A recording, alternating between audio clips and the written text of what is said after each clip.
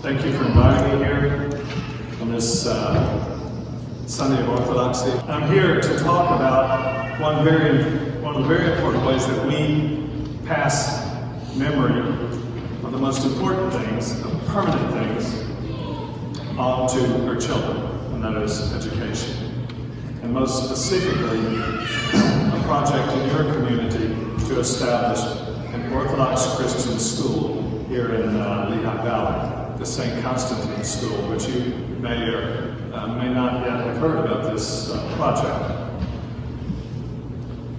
Why would we need another school in this area? And spending some time on the market analysis, I've become a little more familiar with the array of schools that you do have in your area. But why would you need another school, and what specifically would this school, the St. Constantine School of Lehigh Valley, offer that's not already available? There's an obligation which begins with parents, is shared with family by the church, to give young people the knowledge and the habits and the inclinations that will make them good citizens and good community members.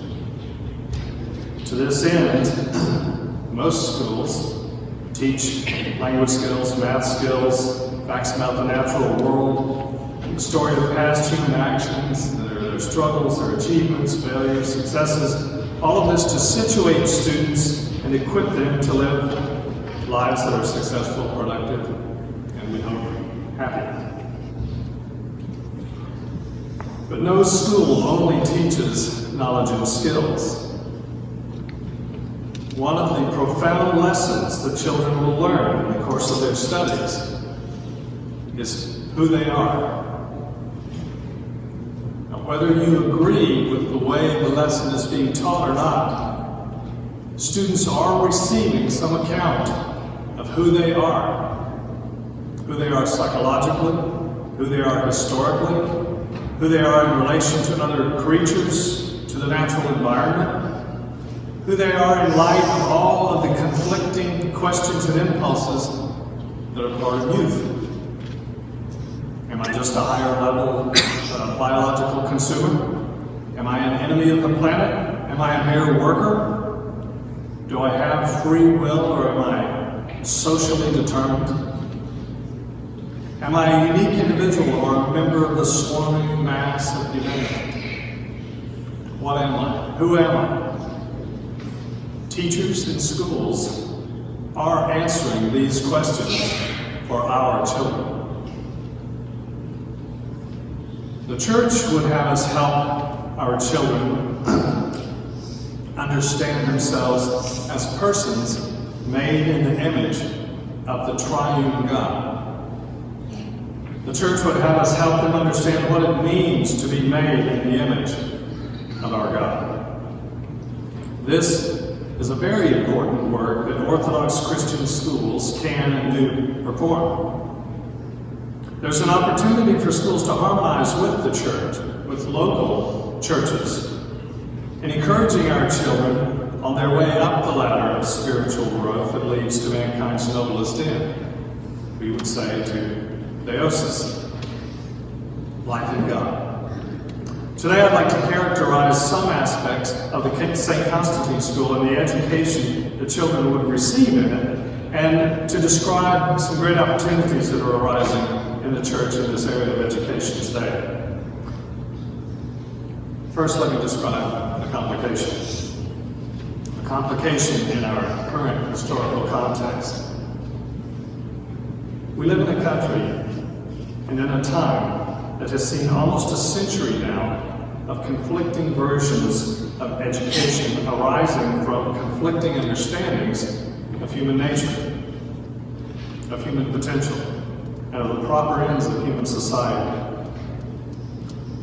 Just as the iconoclasts tried to remove the images of Christ from the churches, from the public spaces, from the consciousness of the citizens of Byzantium, so an iconoclasm in our time is robbing young people of the understanding of themselves, their peers, and of all humans as persons made in the image of God. as persons sharing one common human nature, persons with a freedom of will that, yes, allows for error and for sin, but whose proper end is love, community, and godliness.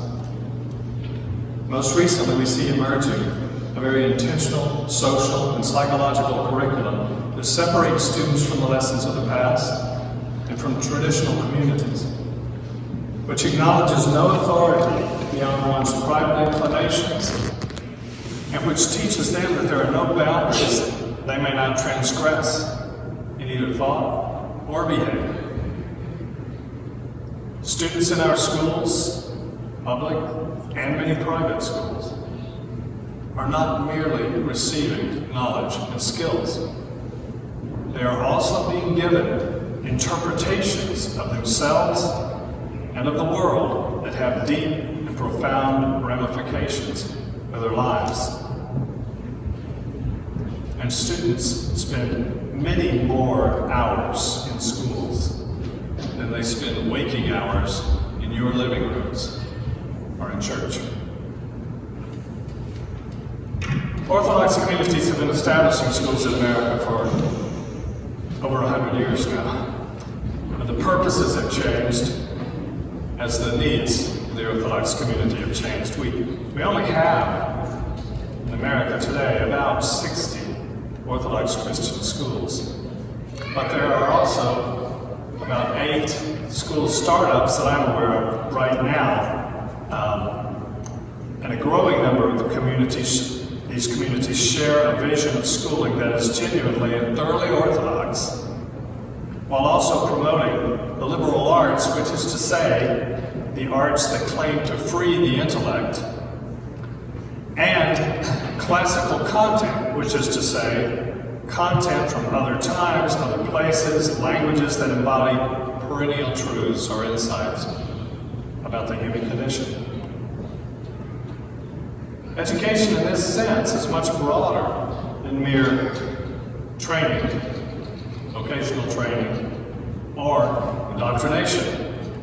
It is liberation from falsehood about our condition, our nature, and our potential. This understanding of education, by which the great Cappadocians and others built Christian civilization, is the understanding that animates the philosophy behind your current project here in the Lehigh Valley, this project of an Orthodox classical school. And we need people teaching our children who will be both building their intellects and forming their proper affections, equipping them with the knowledge and skills as well as the proper understanding of human nature and human purpose. So, what would be the distinctives of an Orthodox Christian school? I've been blessed over the years to met other Orthodox Christian educators who were working, trying to establish schools, and 10 to 12 years ago, when we had our first national conference of Orthodox Christian educators, one thing we discovered was that everybody thought they were on their own. Everybody thought they were the only folks out there, with the exception of the network of schools in the Greek Archdiocese. People just thought they were out there on their own doing this, and it was great to meet these folks and come together. And out of that grew a network that we've called the Orthodox Christian School Association. And I'm going to share with you a few principles that organization put together. That I say principles, pardon me, speaking, revealing my Western heritage here, but some aspects of our theology as Orthodox Christians, which should inform our educational philosophy. 1, the humans are united in a common nature, all being made in God's image, all being addressed by the eternal Logos, all having free will. 2, truth is rooted in the person of Jesus Christ. Yes, statements about real things can be true or false, and language is a crucial part plays a crucial part in keeping our thoughts in line with the nature of things, but truth is not reduced to mere arguments and formulas. St. Thomas teaches us that ultimately, theologically, we are empiricists. 3, the Incarnation teaches us that the entire world, the physical world too, must be our concern. And we can understand, appreciate, and sanctify our world. 4, our souls are complex and can be properly or improperly ordered. Proper ordering of the soul calls for reviving the nous, building up the intellect, training the emotions, redirecting the desires. 5, this is the last one. Being made in the image of God, we are persons, not individuals, and meant to find our fulfillment in community. By contrast, the prevailing educational dogmas teach children that there is no nature to be followed or to be perfected, that they are given no hope of ultimate truth, but a myriad of facts from which they are asked to construct their own knowledge and their own realities. They are taught that nature is either, the physical world, nature, is either something like a goddess to be mindlessly worshipped, or a mine of physical resources to be ravished. Whatever disorder students may encounter in themselves, they are encouraged either to pathologize or in some way legitimize. And rather than understand themselves as persons born to connect and to belong, they are taught the myth of individuality, which allows them, like stray sheep, to become the prey of every wolf of our time. How might an Orthodox school differ? An Orthodox school should be a place that is not like the common culture, that doesn't mirror the trends, the celebrities of the moment, but which gives young people space to step out of that dying world and into the permanent things of human life, the old and abiding truths, the ages of ages. It should be a place where children are not distracted, fragmented, or merely entertained, but taught to attend. Again, from some documents of the Orthodox Christian School Association here, some ways that a school can be planned in order to cooperate with the church and Christian families.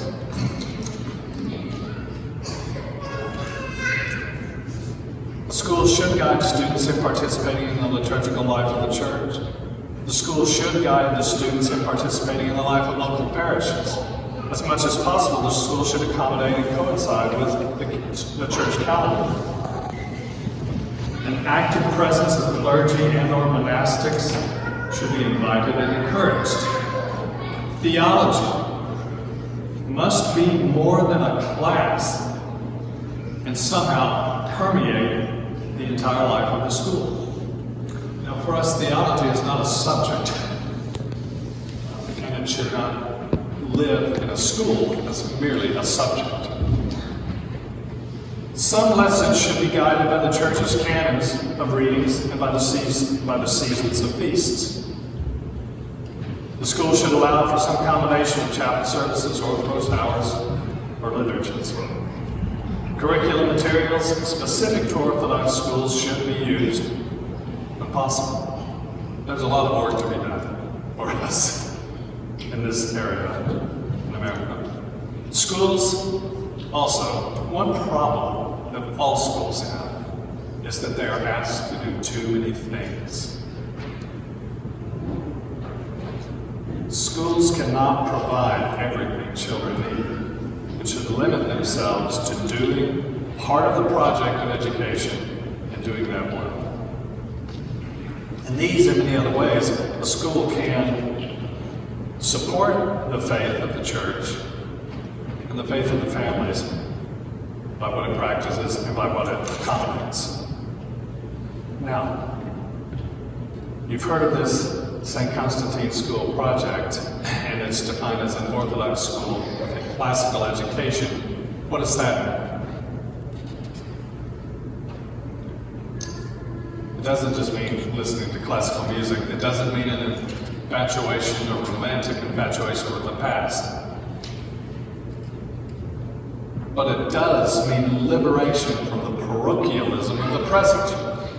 Classical education focuses not on contemporary trends, current politics, current events, latest celebrities, but on examples of human action, human thought, and human imagination from across ages, circumstances, continents, and language families. Why? Not for the sake of variety, but for the sake of what is permanent and universal, to discover within those embodiments of human intellect and imagination the permanent and the universal insights about human life, rather than narrowing the students to a view that's momentary and temporary.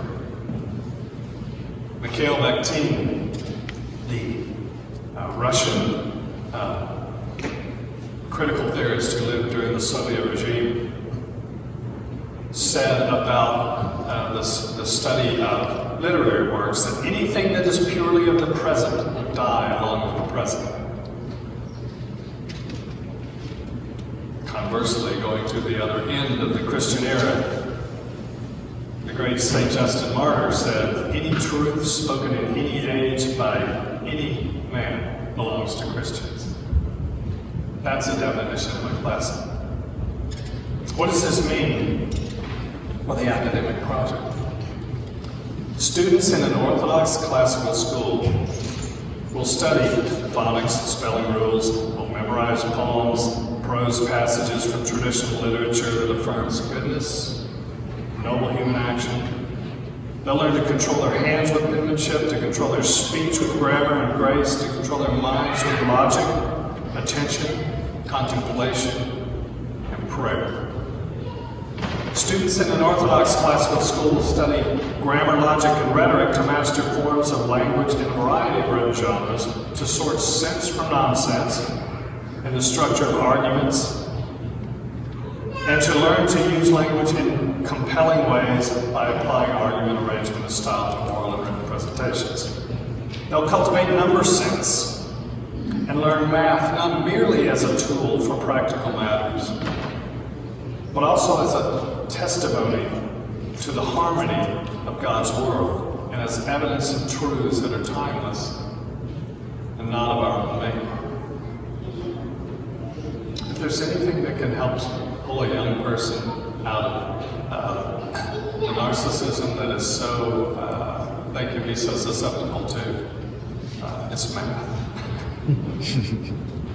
They will study classical languages, Greek and Latin, in order to understand the structures of language, to secure linguistic foundation for all the Romance languages, and to open direct access to such primary authors as Homer, Plato, Virgil, as well as such sacred works as the New Testament, the Divine Liturgy, and the writings of the Church Fathers. Older students read difficult but rewarding texts from Homer to Dostoevsky and discuss, interpret, argue, and write about them with clarity and grace.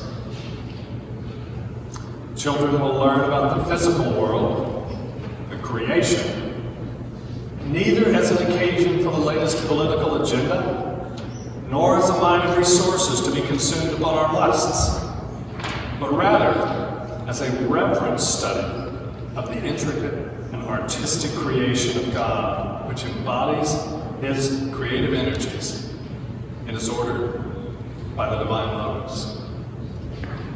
Older students are led into the subtleties of the methods of scientific inquiry by also learning about the means of interpreting scientific observations. So they read seminal writings of scientific thinkers and see how the great men and women of science reasoned to their conclusions, while also getting these important concepts in the actual words of those who formulate them. There's a nice passage in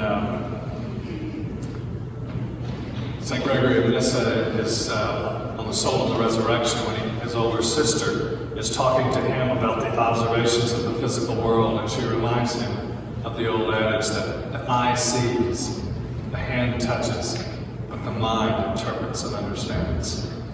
And this is a way that is typical to these schools to have students in their study of science not be bound merely to a textbook, which becomes a kind of catechism of nature, a set of dogmas to believe, but rather to bring them into the fascinating tradition of observation and reflection on the nature of the world.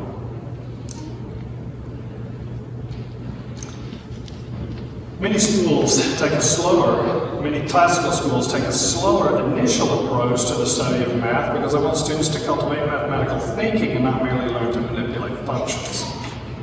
Many have students work through Euclidean proofs in order to understand the assumed truths beneath geometric reasoning and beneath algebra, and be able to demonstrate those in speech, not merely in diagrams. Finally, students in a classical school acquire what we refer to as the tools of learning in literacy and in numeracy, so that they are not merely indoctrinated, but rather liberated from parochialism, from groupthink, from bias, and from foolishness. They learn to disagree agreeably. They learn to prioritize permanent truths over popular opinions and fads. They become familiar, intimate, with ideas that have the power to move people and nations, with the civilization that is their heritage, and with the church that is their home and their hope. Many of the more recently established schools, Orthodox schools, in America have this identity of a classical education which harks back to the time of the Cappadocians. Examples are St. John's in San Francisco, St. Peter's in Fort Worth, Texas, Christ the Savior Academy in Wichita, St. Constantine Academy in Houston, Texas, Hagia Sophia in Indianapolis. A very exciting development is that many bishops and church leaders are helping right now to unify the efforts of educators who have been establishing these schools in order to find the best practices, find the better business models, to scale back office support, to organize teacher training, and to ensure proper accreditation and so on. In other words, who would have thought to unite our efforts? This is resulting in an ability to begin a school project like the one in your community. With a lot of support, advice, and structure that simply hasn't been available in the past. Communities like yours now have the ability to start a school as a sister school in an arising network, even as a franchise of another existing and successful Orthodox school organization. There's also work being done right now on an accreditation program for Orthodox schools. Also, especially under the efforts of Bishop Thomas, an inventory of available curriculum materials, coordination of headmaster coaching and teacher training. So there's a lot going on that's pulling together the work that people have been doing out there, in many cases on their own. In pursuit of this St. Constantine Lehigh Valley project, Dr. Cyril Jenkins of Eastern University at the St. Basil Center pulled together a steering committee and now has formed a board. We've done a market analysis. A business plan is in later draft form. Properties are being researched. The Pennsylvania tax credit program is being studied. And some of you may have received the interest survey. Later this week, members of this group will meet in Houston with the St. Constantine School leadership there in order to consider franchising sister school models as well as financial models. So a lot of work is being done. A lot remains to be done. But if you see this need, if you want to help this aspect of the American church as it attempts to provide for our young people and to influence our society,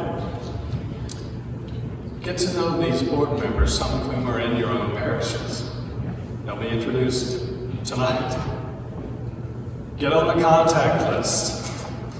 Be sure to get one of these in your hand as you're going out the door. Help connect us and stay in touch. Over half the students in Orthodox schools across the country today are not from Orthodox families. I believe that we in the Orthodox Church have an opportunity to become the new school option for Americans seeking solid academics, character formation, and traditional Christianity. From such a position, we have the potential to influence our society by sending into the professions and vocations of this country young men and women who have been nurtured for years in the rich soil of the Orthodox faith. As Orthodox Christians, we hold something concrete and precious to pass on to another generation of American Christians. We have something true, unchanging, and life-giving to impart to a nation that is rich with goodwill, but impoverished by confusion. So, let's prepare our children with the academic excellence that will open them to the fields of human endeavor, any of the fields of human endeavor to which God may call them. Let's equip them with the ability to separate sense from nonsense. Let's habituate them to lead to respectful discourse in the midst of disagreement. Let's give them confidence in truth and in purpose. Let's remind them that for all their shortcomings and mistakes, for all the failures they see in themselves, in others around them, in public figures, in historical figures, that nevertheless we are all persons made in the image of a loving and engaging and incarnate God. Let's restore this icon, the image of God, to education.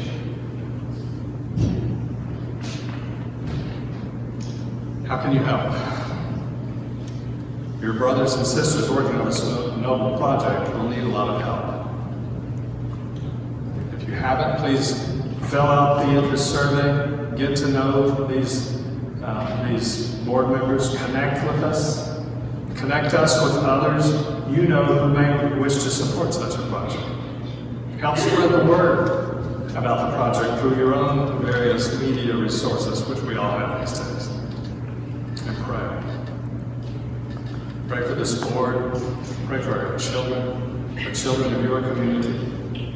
Pray for the leaders and the teachers and the parents who will be the founders of this school. Pray for your current school here at St. Nicholas. Pray for this project. And may it be blessed for the glory of God and the sanctity of us all. Thank you.